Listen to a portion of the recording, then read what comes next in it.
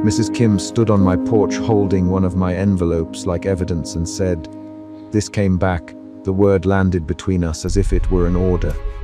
Suspicion tightened my fingers around the stair rail before I could think. I reached for the envelope. The loop of my handwriting was exactly where I always started, the little tail on the Y that I tap with my thumb. Amelia. Mrs. Kim, they left the whole bundle. Return to sender, post office says someone complained. I pulled the door open with my shoulder, and the hallway light cast a narrow rectangle across my shoes. The envelopes had been bundled in butcher twine and set at my doormat, rain freckling the edges. I bent, picked one up, and the scent hit me first. Paper, pencil smudges, the faint lavender from my sleeve. I kept the bundle close as a small thing you protect. I had been writing the same name on these envelopes every night for months. The ritual kept the details of him within reach. The problem, the clear, concrete problem, was that those envelopes were meant to cross out into the world and be private, not be returned and examined. The complaint meant someone outside my house had noticed and acted. Daniel was crossing his yard before I finished the sentence. "Amelia," he said, voice low, "are you all right?" He carried a reusable grocery bag and wore his navy work jacket the way he always did, sleeves rolled just above the wrist. He crouched and helped me gather the scattered envelopes while Mrs. Kim explained that the post office had received complaints about regular addressed mail being left for a deceased person. It causes distress. Mrs. Kim added, handing me a limp envelope with the flap creased as if it had been opened and closed. "They want you to stop or to file a claim." Her eyes flicked to my hands and then away. I folded at the kitchen table later with envelopes spread like a patient's chart. Daniel came in with a thermos and set it down without asking, the faint citrus soap smell around him. He sat on the chair opposite and watched me sort. He had a way of listening that wasn't intrusive. He held his hands folded when he wanted me to speak. "Daniel, someone took them," I said. My voice went flat on the last word. Suspicion had shifted into a sharper edge now, anger at the violation and an urgent need to know who had touched the memory I tended. Who? "Daniel, do you know anyone who would do that?" He my name twice in those words, like he was making room for the answer. I shook my head. I showed him one envelope slit open at the side. There was a crease where a hand had pushed something out and then slid it back in. He picked up the open envelope and turned a photograph into the lamp light. It was a black and white print I had tucked inside months ago, a picture of two hands on a porch rail, the knuckles dusted with flour, the plain gold band on the left hand visible. I recognized the exact grain of the wood and the way sunlight had struck that ring. It was mine to remember with. Daniel held the photograph and said, "Amelia, this is your husband, isn't it?" His voice was steady, but it pressed at a place I kept folded. "Yes," I said. Tom, the name felt small in the room. Saying it aloud pulled other things forward. The kitchen counter with coffee stains, the way his shoes sat in the entryway that first week. I had written his name out of habit and then out of will. The ritual kept the night ordered. The envelopes meant I could keep a kind of conversation with him, an ongoing, private dialogue I allowed only at night. To have those letters breached was an act that moved from private to surveilling. My hands curled around the photograph until the paper softened under my skin. A clumsy knock on my window made me look up. Mrs. Park, who lived across the street, was leaning close to her glass. Her hair was tucked tight, and she pulled a shawl tighter over her shoulders. She mouthed, "Car," and pointed with a tilt of her chin toward the street. I drew the curtain back a sliver and saw a small, dark sedan idling 2 houses down under the streetlight, its driver. Side window rolled down enough to let a thread of exhaust drift. I've seen it before. "Mrs. Park, when she came in, it sits there, lights on all the time. Last week, I thought I saw someone watching your porch." Her voice flattened against the tiles. It was concrete testimony rather than speculation. A change moved through me then. Suspicion became fear. I could see the math. Someone watching, someone opening the envelopes, someone filing a complaint to make them returned. The fear was not of ghosts or old grief.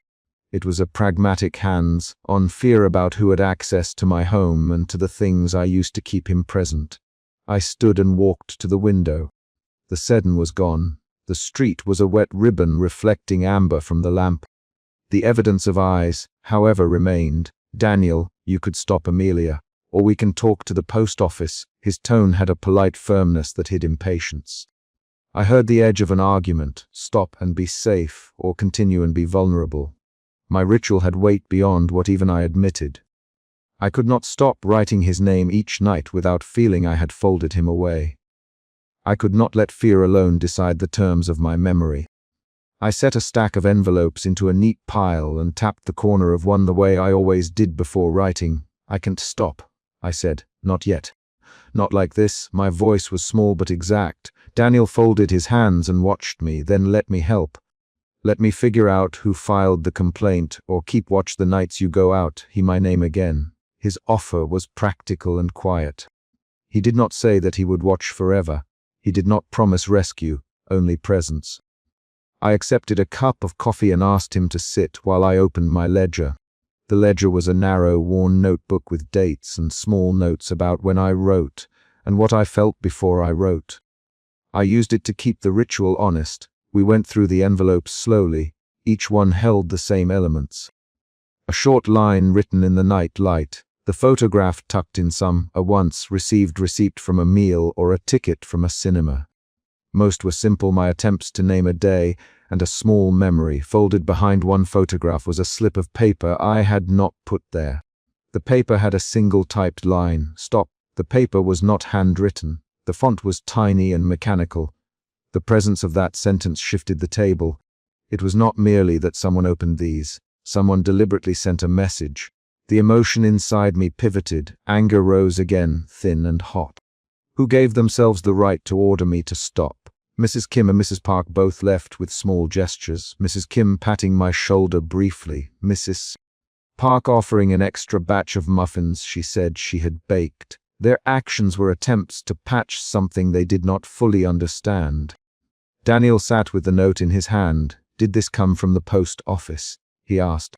My name when he asked, making sure I knew he stood on my side. I looked at him and said, "No." Whoever opened them put it back like a tidy trespass.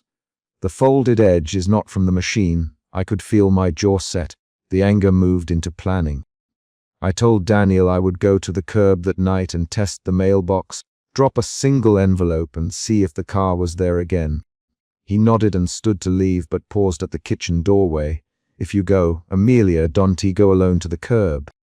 Let me come out with you." He sounded constrained between offering help and not overstepping. I said, "Okay." I told him to wait 10 minutes after me, just far enough to seem like a coincidence. I wrapped one envelope and tucked it into my coat pocket. The rain had stopped and the street smelled of damp concrete and cut grass. I walked down the path with my hood up and the envelope in my hand like a test weight. The mailbox was the old metal box 2 houses down, dent on the side where it had been struck by a delivery van years earlier. I slid the envelope into the slot and held it there for a second, as if I could feel whether anyone watched me. The car pulled up as I stepped back. It did not come to a stop at the curb. It eased forward and the driver's side window lowered. I could smell cigarette smoke when I walked closer, then diesel. A small folded note slid across the passenger seat toward me, and then a metal key thumped against the car door as if dropped on purpose. The driver kept his hands hidden. A voice said from inside the sedan, not rising and not offering any warmth, "Stop sending them." The voice was flat and exact. The note read one line in capital letters: "Do not send any more." No name, no signature. Fear moved through me like someone stepping on the back of my neck. My hands tightened around the envelope, and I could not think of any clever answer. The driver made no other gesture. Daniel stepped out of the shadow of a maple tree and called, "Amelia," like a man who had arrived to disarm danger with ordinary timing. The driver shifted, and for a second I saw the side of his face, a stubbled jaw and a hand that had small scars along the knuckles. The car left slowly, taillights like small rubies, and the note and key remained on the curb. At once the choice narrowed into a single, sharp line. The envelopes had moved from an interior ritual to an externally policed action. The key and the terse note were a demand being enforced by presence and threat. I picked up the key. It was a small brass key, not ornate, something intended for a jewelry box or a trunk. I slid it into my pocket without looking at Daniel. Back inside, the house felt smaller. I locked the door and set the lights on low. Daniel examined the key under the lamp.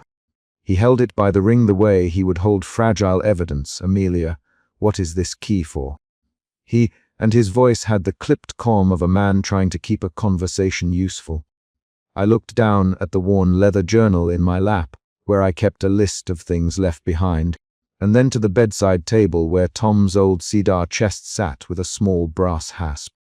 The chest was heavy with old letters and a folded shirt. Tom had kept it at the foot of our bed. I had never opened it alone after he died. The key fit the kind of lock on that chest. My hands trembled when I reached for it.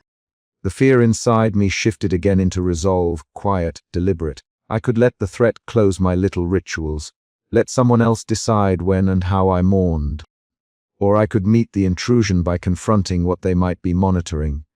I told Daniel I would not throw away the envelopes. I would separate them, keep some in a locked box and put the rest in a secure place to examine in daylight. He opened the chest in the morning. "We'll do it together," my name as if speaking it aloud would steady me. I agreed. We bundled a portion of the envelopes and placed the rest in a metal box in the bedroom closet, a box we locked with a padlock. I put the brass key on top of the box. We talked in clipped sentences about who to call and whether to involve the police. "Daniel, I can check the post office records in the morning and ask Mrs. Kim if someone else filed a formal complaint." His suggestions were practical: names, times, receipts. I found myself asking him specific questions and hearing the rhythm of his answers. "What did the note say?" he asked. "Where did the photograph come from?" I told him both answers. Every time I named a fact, the situation became less like a cloud and more like a ledger of actions I could follow. Outside, the street lamp hummed. I put the brass key beside the locked box and sat on the edge of the bed. My hands had folded together as if in the middle of a small ritual. I opened the small locket from my neck, flipped the tiny photograph of Tom inside, and closed it again. The motion was quick and precise. I said to Daniel, "We will open the chest in the morning." I was not offering hope. I was making a plan. He stood and took a tray from the counter where we had left 2 mugs. "I'll stay until you sleep," he said. "Then I'll go home. I'll check on the mailbox in shifts with Mrs. Park if you want." I shook my head and surprised myself when I said, "No, I will go to sleep. I need to be able to write tonight. I will not let them decide when I write his name." The words felt clumsy and honest. Daniel nodded and said his name again, "Amelia." He reached for my hand and squeezed once. The motion was small and mattered. I thought about the note, the key, the car with its engine low in the street. A twist had arrived in the night. What I had thought private now had watchers and a warning. The twist changed how I would interact with every small part of my ritual. It was a new rule imposed from outside. When he left, I carried the locked box to my bedside and placed it under the lamp. I lined up 3 envelopes beside it and touched each one, tapping the corner before I planned to write. Suspicion had opened the night. Anger had pushed me into action. Fear had tightened and then eased into a quiet decision to test the chest in daylight. I breathed slowly and set the brass key under the edge of the box where it would be the first thing I saw in the morning. I would open the chest with Daniel's hands on the lid beside mine. The decision was the concrete end of the chapter. I would not let the note order the terms of remembering. I slid the envelopes into the box and felt the click of the padlock, the small, exact sound of a choice sealed. Outside, rain began again in a distant hit against the roof. I did not watch the street. I put my hand over the locket and felt the metal cool against my skin. The plan for morning was in place, and the brass key lay waiting, heavy with question. The night kept its small electric hum, and I set the alarm for 6:30 and let myself close my eyes on the decision I had made. Tomorrow we would open the chest together. I slammed a returned envelope onto the post office counter, and the clerk looked up with the kind of attention reserved for a complaint or a crime. Suspicion tightened my fingers around the paper as he tapped the seal with the end of a pen and drew a slow line along the reseal. "This wasn't sealed by our machine," he said, "and that postmark isn't T on our route." I felt the word suspicion in my chest the way I feel it whenever something small in the house shifts, slow, precise, and impossible to ignore. I had been careful with those envelopes. I had been doing the careful work for months. My hands smelled of ink and lemon from the kitchen rag. I kept my fountain pen in the cuff of my sleeve, and I always tapped the corner of each envelope before I wrote. That ritual mattered. It kept dates, times, and memory in order. Mrs. Kim had stood on my porch in the last chapter holding one of those envelopes like evidence and said this came back. I had felt my mouth go dry then. And I felt the same dry control now at the counter as the clerk rotated the paper so I could see a faint stamp I didn't recognize. "What is that stamp?" I asked. My voice held steadiness because I needed steadiness for whatever came next. Who would take the trouble to reseal a letter? The clerk shrugged and used the word someone I couldn't walk out of the room with. Maybe they collect returned mail. Maybe they're rewatching a route. The phrase landed like a small stone. At the edge of my irritation there was a sharper edge. This was not clerical error. This was deliberate. I paid for the postage and left the building with the returned envelope folded against my palm like a thin invitation. The street lamps had wet halos from the evening drizzle. I walked home with the ritual weight in my pocket, and a thought that would not let go. Someone had handled my letters on purpose. Back in the kitchen, Daniel stood by the sink with a thermos in his hand and the light above his head making the small dimple on his cheek look like a shadow. He had come over without asking, the kind of neighborly presence that unspooled gently into being when I needed it, and I did not. "You brought it here?" he asked. And the way he said my name made me look up. "I brought it home," I said. I put the envelope on the table and tapped its corner before opening it, the motion thinner than usual because I was aware of Daniel watching my hands. He folded his hands the way he did when he listened. "Show me the seal, Amelia," he said. His voice was calm and low. The seal lifted easily. Inside was nothing but a folded scrap of paper with a single typed word and a faint reddish smear along the fold. We both turned the scrap under the lamp. "Look, Daniel, someone's been here." Not by mistake, his eyes were dark and even. He moved closer and we read the typed word aloud together. Remember, that word shifted my mood from suspicion into a narrower, colder concern. Where suspicion had been the flashlight, alarm now was the feel of a hand on the small of my back. I ran the pad of my thumb over the smear. It left a tiny residue on my skin. I felt my breath stop and then gather again, steadying. "Who types a single word and sends it back?" I asked.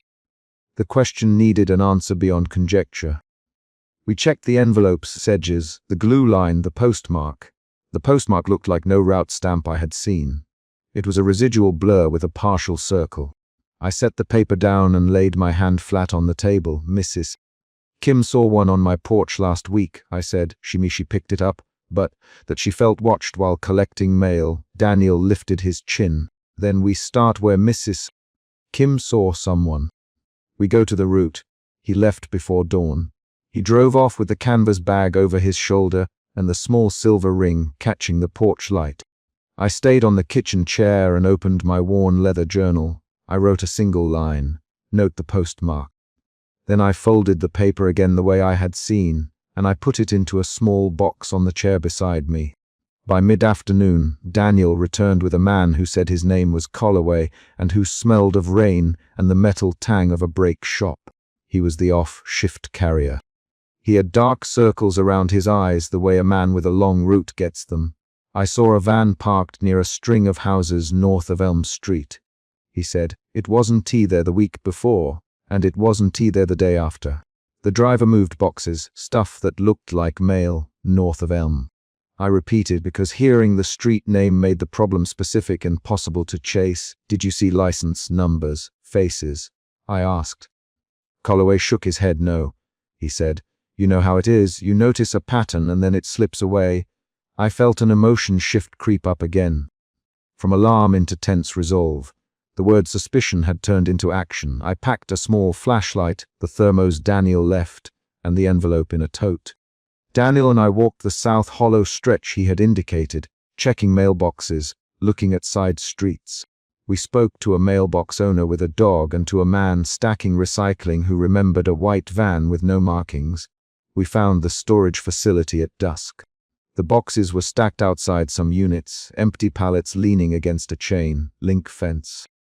The manager was a young woman who locked the gate at 6, but the units were numbered and one adjacent unit had its padlock turned and hanging loose. Daniel probed the latch with his fingers. "This one's open," he said. "It shouldn't be." He was precise when he said that, as if addressing an instrument. We moved in a line and my flashlight found a stack inside the unit. Envelopes tied with twine, bundles arranged by date and a black and white photograph tucked between two stacks. The photograph had a man in it, my husband's jaw, the old collar of his work shirt, the small scar at the cheek where he had once fallen down the cellar stairs. My hands trembled as I pulled the photo free. The storage smell, dust, old glue, the faint mildew of cardboard, rose sharp and factual into my nose. It was not a poetic memory. It was the exact portrait of him on the day I had last seen him put on his jacket and say he would finish the project by Sunday. I should have expected that the presence of his photograph would change something. It did. My fear became something hotter, more personal. The stack of envelopes had my handwriting on every front. Amelia, Danielle, my name, and his voice narrowed into a question. "Did you write all of these?" "Yes," I said. My voice was small. I wrote them the same way every night. We spread the bundles on the concrete floor of the unit under the single bare bulb.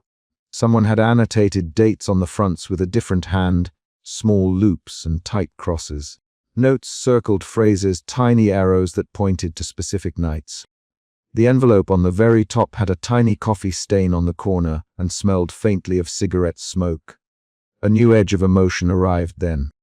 Confusion entered beside the fear. The arrangement suggested care, not random theft. Whoever had gathered these envelopes had spent time cataloging them. That detail turned my fear into a different pressure. Not only someone watching, but someone curating.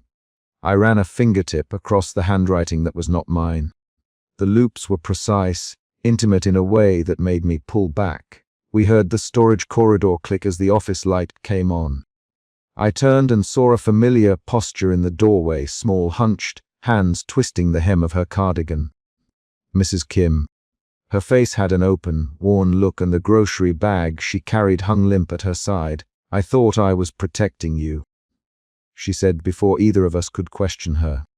Her voice broke on the last words. "I took some of them from the box because I thought if someone was taking them they would stop if I did.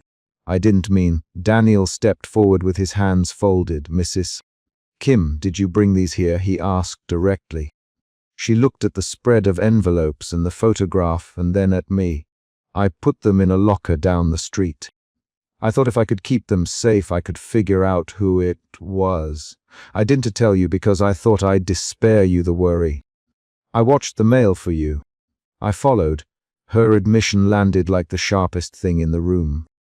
Betrayal flared bright because the person who had come to the porch and said the words had not only taken one envelope, she had gathered them. I felt another emotional pivot, suspicion into indignation into a sudden real hurt. "You followed mail carriers?" I asked. My voice had a cut in it I had not intended. "Mrs. Kim put down her grocery bag and said, I watched the mailbox. I took what I thought would protect you. I thought if I could find proof I could go to the police. I didn't want to frighten you." Daniel's mouth pressed into a line. He used his hands to fold and unfold a sheet and kept his voice even. "Mrs. Kim, this is serious. Taking mail is a federal matter. You could have made it worse." She looked at him with a sympathy that felt unsteady. "I was trying to be kind, Daniel. I was trying to help Amelia keep what belonged to her." Amelia, my own name said in that breath, hung in the air like a small bell. I felt anger at Mrs. Kim for her secrecy and a smaller, shamed gratitude for the intention behind it. The shock of the photograph and the precise annotations made a new knot.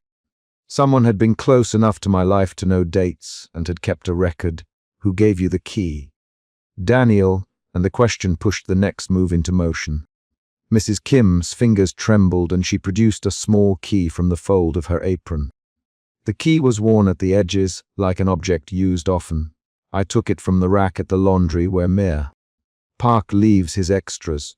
She said, I thought I could put them somewhere safe. I didn't think anyone would go that far. The corridor held its own sound, our shoes on concrete, the hum of the overhead light. I leaned forward and touched one of the annotated envelopes. The handwriting that was not mine had circled a date and written a single notation. Left 8:15 p. M. I felt the movement of events tighten around me, a sequence of small, watchful acts. Who else knows about these? I asked. The question demanded names.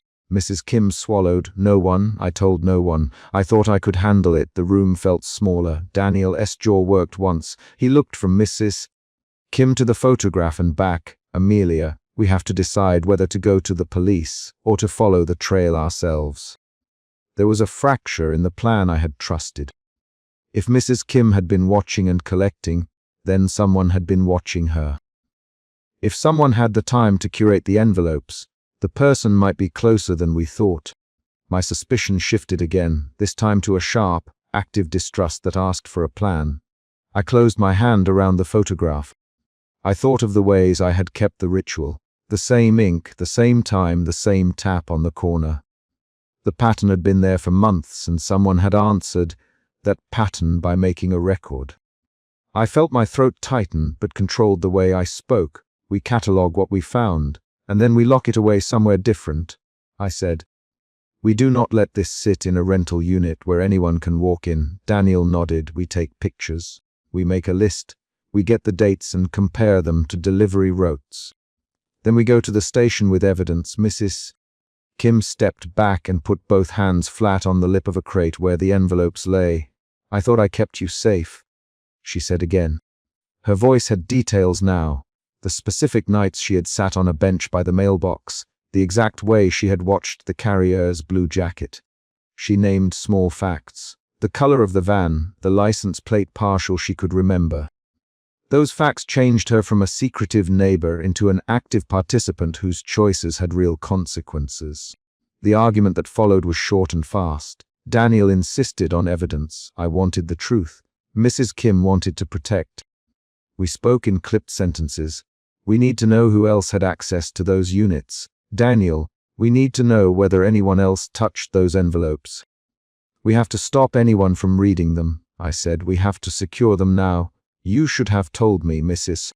Kim. I thought I was helping. The exchange contained the required rapid back and forth 5 lines that landed each of us in the position we already held.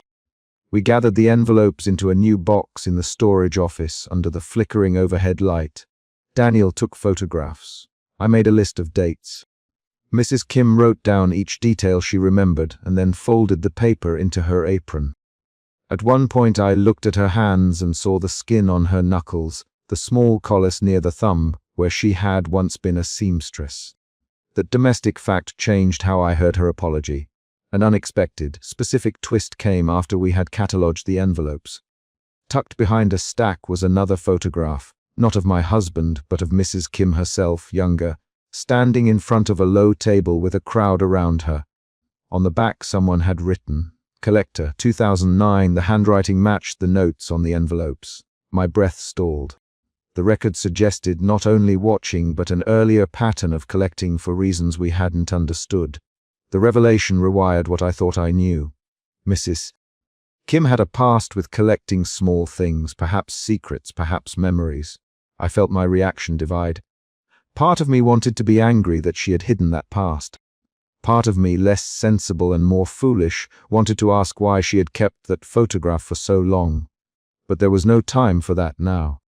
The unit's metal door began to close and the night pressed against the windows of the office. We had to choose. We walked back to my house together before dawn, the sky still the color of old newspapers. Daniel carried the photos and the lists in a slim folder. Mrs. Kim walked slightly behind us, the weight of the grocery bag forgotten. At the porch I stopped and looked at her. "Why didn't you tell me?" I said. My question was concrete. It demanded a practical reason. She folded her hands and looked down. "Because you were grieving. I thought sparing you worry was mercy." I realized then that mercy and secrecy had different outcomes. The door closed behind each of us with a different finality. Inside my bedroom I opened a new box and slid each recovered envelope into it, feeling the small crackle of paper. Daniel stood at the doorway and watched me with the steady, quiet look he reserved for moments when he would not intrude. I placed the photograph of my husband on top and set the key to the storage locker beside it. My fingers lingered on the metal coolness, and then I slid the box lid into place and tied it with twine. The action was a resolution and not an ending. It was a choice to move the evidence from an exposed place into a different private container. I put the twine knot on the side nearest the bed so I would see it in the morning. Mrs. Kim left before first light. Daniel stayed to help me put the box on the shelf. We moved quietly, each of us performing small tasks. At one point he placed his hand on the box and said my name, Amelia, and then added, "We'll go to the station after you sleep." "We'll bring this," I nodded. The promise was concrete, no speeches, no vows. He lifted the thermos from the counter and handed it to me. "Drink this tonight," he said. "You'll need it." I closed my eyes for a moment and felt my palms carry the paper's weight. The chapter of this search had a small resolution. Items were recovered, a secret confession delivered, and plans made to use the evidence properly. Betrayal had been revealed, but it had not broken the chain of choices we would make next. I sat on the bed and set the new box on my lap. Then the final simple sound happened. Someone knocked once at the front door. The knock was deliberate, measured. It carried no fancy flourish, just one firm rap. Daniel turned and peered through the peephole. I left the box on the bed and walked to the door with my hand on the knob.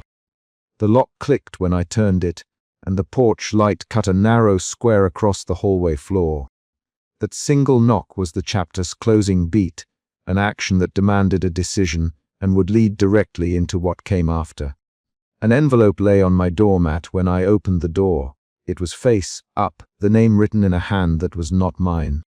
Suspicion tightened my fingers around the brass knob before I could pull the door fully closed. I picked the envelope up and felt the paper give between my thumb and forefinger.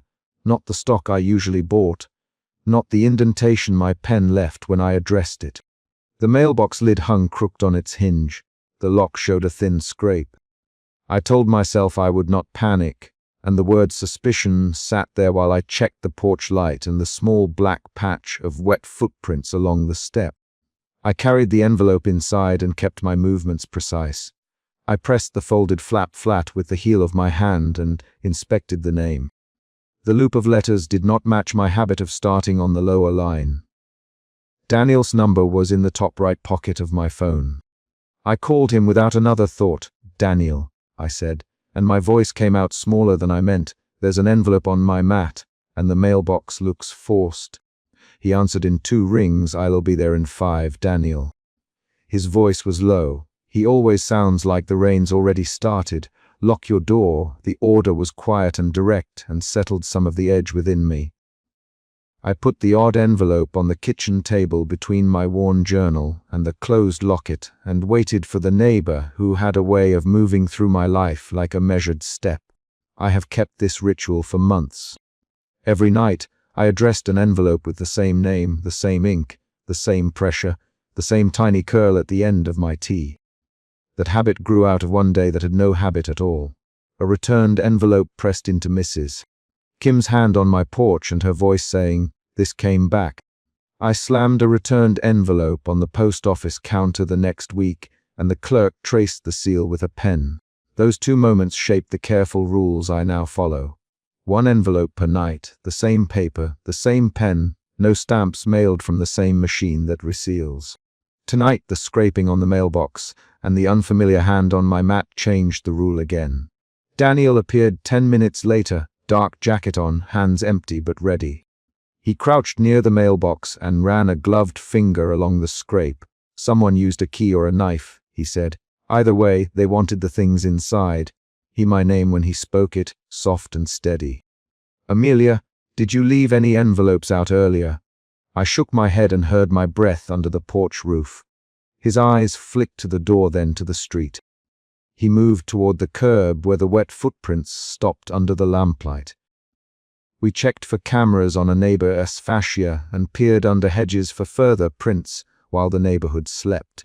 Daniel questions quietly, each one a new tool to examine this small violation. Had I told anyone about the ritual? Had I changed paper? Did I ever leave more than one envelope on the mat? Each answer I gave tightened or loosened the suspicion in my chest. When he knelt and ran a flashlight along the edge of the porch, his jaw tightened. Someone's been here before, he said. Morning at the post office brought a different kind of certainty. I took the strange envelope with me, and the clerk who had once tapped my seal with a pen looked at the flap and frowned. Supervisor Haynes came out from the back and ran a list of complaints on his tablet. He read cases out loud. Returned envelopes, resealed flaps, notes found on doorsteps. You're not the only one, he said. 2 streets over, an old woman had letters taken from her box. Same thin paper, same time frame. My mouth tightened. Haynes a name, Mrs. Kim. I remembered her standing on my porch with one of my returned envelopes like evidence. The post office felt loud with fluorescent hum and the smell of paper. Haynes tapped the envelope again and then slid a photograph from behind the counter. It was a black and white image of a row of mailboxes, one of them with a bent lid. We thought it was kids, then it turned into something else. The word something else landed in the room, and I felt the floor of my plan tilt.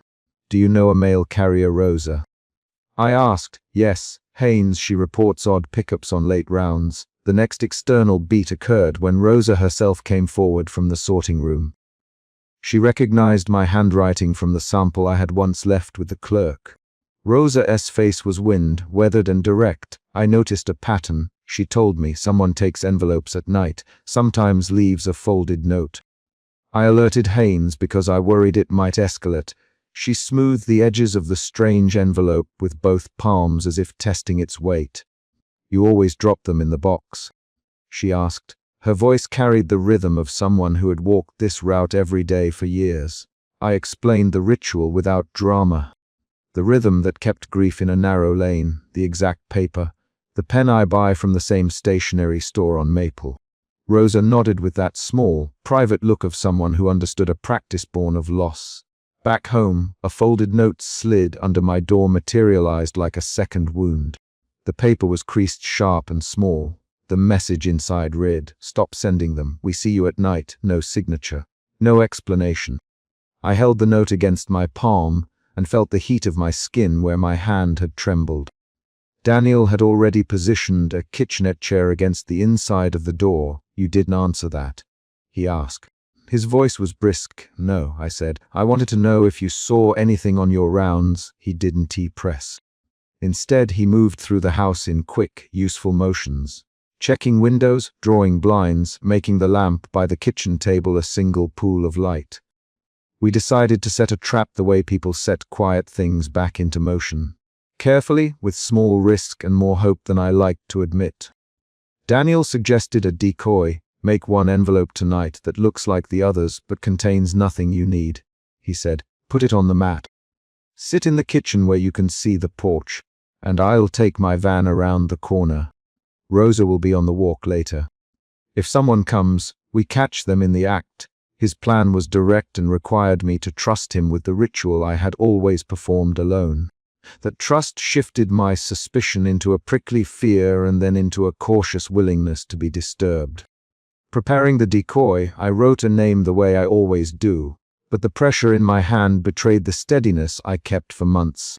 I tapped the corner of the envelope 3 times before beginning, the small mannerism I'd developed when pen met paper.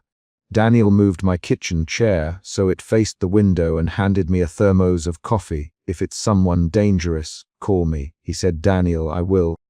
I folded my hands around the thermos until it warmed to my palms and kept my eyes on the door. I felt the rhythm of my breath, counted silently to give myself an even cadence. the minutes collected like coins on a tabletop. The stakeout smelled of boiled coffee and old wax from the candle I had lit on the sill. Daniel watched from the street under a streetlight while Rosa lingered 2 houses down, her mailbag slung across her shoulder. Neither spoke loudly. When a shadow moved beneath the porch lamp, the small cliffhanger that had to happen in the middle of the chapter arrived. The shadow paused, then bent to reach for the decoy envelope. I felt something cold run through me and set my hands to stillness. The unknown moved with a careful, practiced slowness. Whoever it was had done this before. Daniel moved fast. He crossed the lawn and the shadow bolted. There was a scuffle at the edge of the driveway. Shoes hit the gravel.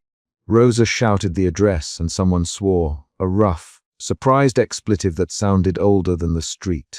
Daniel intercepted the figure near the hedge, and it was hands on, the sort of close physical contact that leaves shirts torn and voices raw. He, "Stop." Don't move. The person in the hedge hit the ground and then curled inward like someone falling from a bad memory. We unmasked the person against the porch light and found a middle-aged man with a rain-streaked coat and eyes that held something raw. He smelled faintly of tobacco and detergent. He kept his hands lifted, palms open. "I thought they were for my sister," he said before we could speak. His voice hollowed and then steadied. "I thought she wrote to herself, like I used to.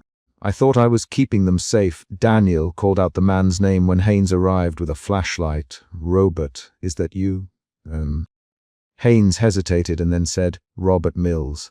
He used to live 3 streets over." I watched the exchange and felt another shift. Suspicion dissolved into confusion and then into a careful kind of compassion I had not expected. Robert had been taking envelopes not to sell them or to harm me, but to hold them. He explained in halting sentences that his sister had written similar handwriting and that when she died, he had started collecting letters from neighbors he thought were meant for her. He had slipped some into his coat when the boxes were open, meaning to bring them home and then return them. "I was wrong," he said. "I thought I was keeping them together." I didn't think. He stopped and put his hands over his face. The physical act, his hands hiding him, showed more than his words. Daniel watched him with folded hands, not unkind, but solid. "I spoke. Why didn't you leave them? Why take them instead of telling someone?" My voice was steady, not loud. Robert blinked and then described a flashlight and a porch light he used to linger under with his sister when she mailed postcards to friends and family. Her name, and it sounded like a bruise. He thought the envelopes were part of what she had left behind. The reveal changed everything I had assumed about being watched. It replaced anonymous threat with a visible human mistake born of grief. Supervisor Haynes took down Robert's statement, and their conversation held the room like a small tribunal. Rosa folded into the group and explained exactly which rounds had been interrupted and which nights someone had taken more than 1 envelope. "He took 3 from Mrs. Kim's box 2 weeks ago," she said. Kim had been the first external echo of this pattern in Chapter 1 when she brought me an envelope and said, "This came back." Hearing that name again tightened the knot in my chest and tied this night to that first moment. The pattern made the violation concrete. It was not random theft, but a misguided attempt at rescue. We brought the recovered envelopes inside and set them on the kitchen table. I smoothed them with both palms and stacked them in the order I had been keeping since the beginning, the 1 envelope per night rule that turned loss into a small, controllable ledger. Robert watched the stack as if it were fragile china. "I didn't mean to hurt anyone," he said. "I only meant to keep them near." Daniel folded and unfolded his hands and then offered Robert a thermos from his messenger bag. "We need to talk, Daniel." His voice was practical, inquisitive, not accusing. The confrontation dissolved into conversation that was sometimes clipped and sometimes soft. Daniel questions about where Robert kept the envelopes, what he had done with them, and how long he had been taking them. "Rosa, did you read any?" Robert's mouth tightened, only to see a name. He admitted, only to know if it was the handwriting I knew. That answer produced another emotional shift in me. Anger rising into grief and then resolving into a strange pity. I had spent months performing a ritual to hold memory steady. Here was someone who had tried to fold my ritual into his private mourning and failed. We sat at my kitchen table for hours. The neighborhood noise was a distant hum, and the kettle boiled twice. Robert's stories about his sister. How she threaded beads, how she left handwritten notes in cookbook pages, how she once addressed a postcard with a smudged E and laughed. Daniel and Rosa traded practical details about the post-routes and the times when mailboxes were most vulnerable. I took notes in my journal, not for evidence but to pin down the way grief gathers small facts into a history. Each piece of information shifted my understanding of what had happened and why. When Robert stood to leave, he lingered near the door as if gathering courage. "Can I see them again sometime?" He asked in a voice that was almost a question to himself. Daniel answered, "If you want to help return them, you can. But you can take them again without asking." Robert nodded. Rosa placed a hand on his sleeve and said, "Come by the road in the mornings. Help me with the rounds. Learn the names and faces again." Her offer was practical. It gave Robert a plan and, in turn, gave me the possibility of a new arrangement I had not considered before. The violated ritual folded into a communal one. The final scene came the next morning. I restacked the envelopes with an even hand, tied them with twine I had kept for years in a drawer. The stack felt heavier and lighter at the same time, heavier because more hands had touched them, lighter because mystery had been replaced by faces and names. I uncapped my pen and, for the first time in months, wrote a different line on one envelope. For the mornings we share, I did not cross out the name that belonged to the person I was honoring. I added the sentence as an invitation. Daniel and Robert and Rosa sat around my kitchen table drinking tea that I poured into 3 mismatched cups. The conversation turned to small, unrushed things. Robert's sister's favorite biscuit, Daniel's repair on a neighbor's gutter, Rosa's habit of humming when she sorts mail. At one point Daniel pushed the thermos toward me and said, "You did well tonight, Amelia." I told him his steady voice had been the thing I needed. Robert quietly, "May I come by on Tuesdays?" I looked at Rosa, who nodded. I looked at Daniel, who folded his hands when he listened like he always does. I did not say any sweeping vow. Instead, I set the tied stack of envelopes on the table and opened the locket I kept closed for months. My last action in that house that morning was small and concrete. I set the tied envelopes on the bedside table, turned their knot toward the door, and said aloud, "A tea's ready." The sound was ordinary. It announced a choice to move forward with names and faces attached, not by erasing what I had lost, but by including others who had been lost in their own way. The doorbell rang then, a short, firm knock, and I stood to answer it with the stack of envelopes in one hand and a cup of tea in the other.